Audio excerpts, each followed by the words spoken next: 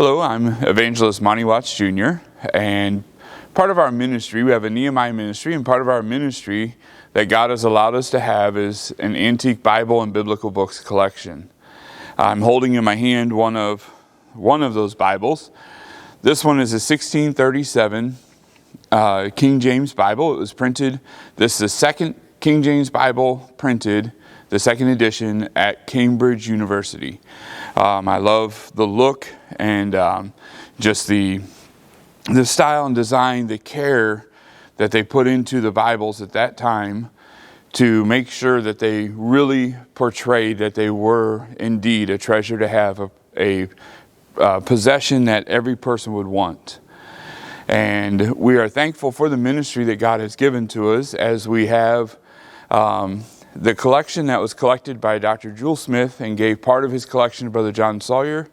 And then Brother John Sawyer gave us his collection that we travel with now, trying to encourage God's people to understand that we have God's perfect word in our hand and to use the word that we have.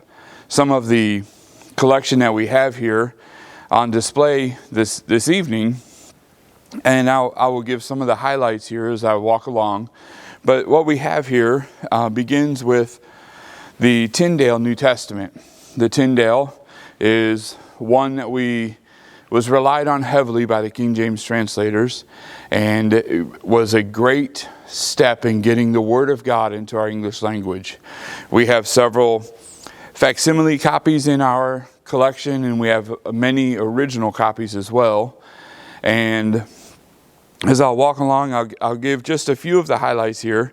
But we start with the Tyndale, and then we go to the Matthew's Bible. The Matthew's Bible is often referred to as a martyr's Bible, is the John Rogers. John Rogers was a preacher who continued working on the Tyndale Bible, and John Rogers was the first martyr under the reign of Queen Mary, who became known as Bloody Mary later. But we're thankful for the work of each of these men in getting the Word of God into our hand and our language today. Here is our oldest Bible that we have in the collection. It is a 1550 printing of the Stephanic Greek New Testament. It is quite a treasure to have. It gives us our Textus Receptus, the correct manuscript by which we have our King James Bible.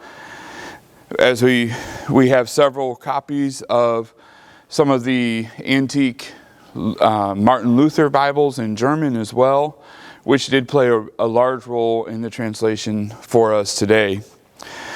The oldest piece that we have in our collection is laying here, and this is a 1295 piece of manuscript vellum that was written in Latin.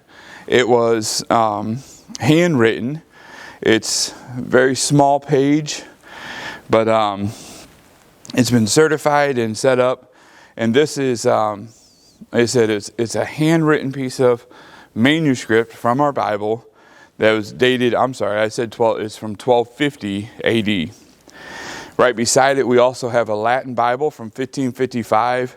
And it goes through, we have a 1617 printing of the Bishop's Bible, the 1608 printing of the Geneva Bible, and then here we have the 1602 original first edition, first printing of the Reina Valera Spanish Bible.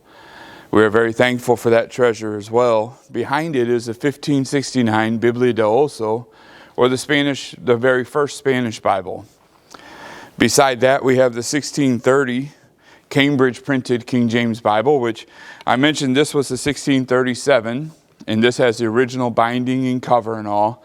But this one has it's been rebound, but it is a 1630 first edition, first printing King James Bible from Cambridge University. Right behind it, we have the 1613 King James Bible. It's the first King James Bible printed that size, a quarto size, to try to get a copy of the Word of God into every home. I preach from that Bible often. I read from it and study from it, and I use it many times to read my text for sermons that we preach, and just to think about the 400 plus years that printing right there has been changing lives, and it still is today. In our collection, we have multiple other biblical books as well, and one of them is over here. This one here is our 1583 original first edition printing of the Fox's Book of Martyrs. This book was printed while John Fox was still alive. I'll move over just a little bit here.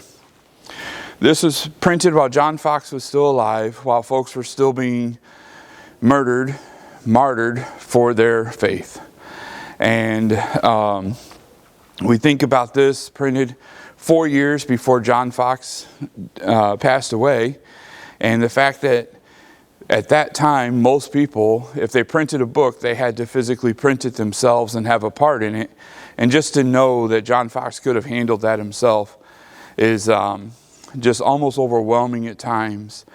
Thinking of how these books, these Bibles have changed lives.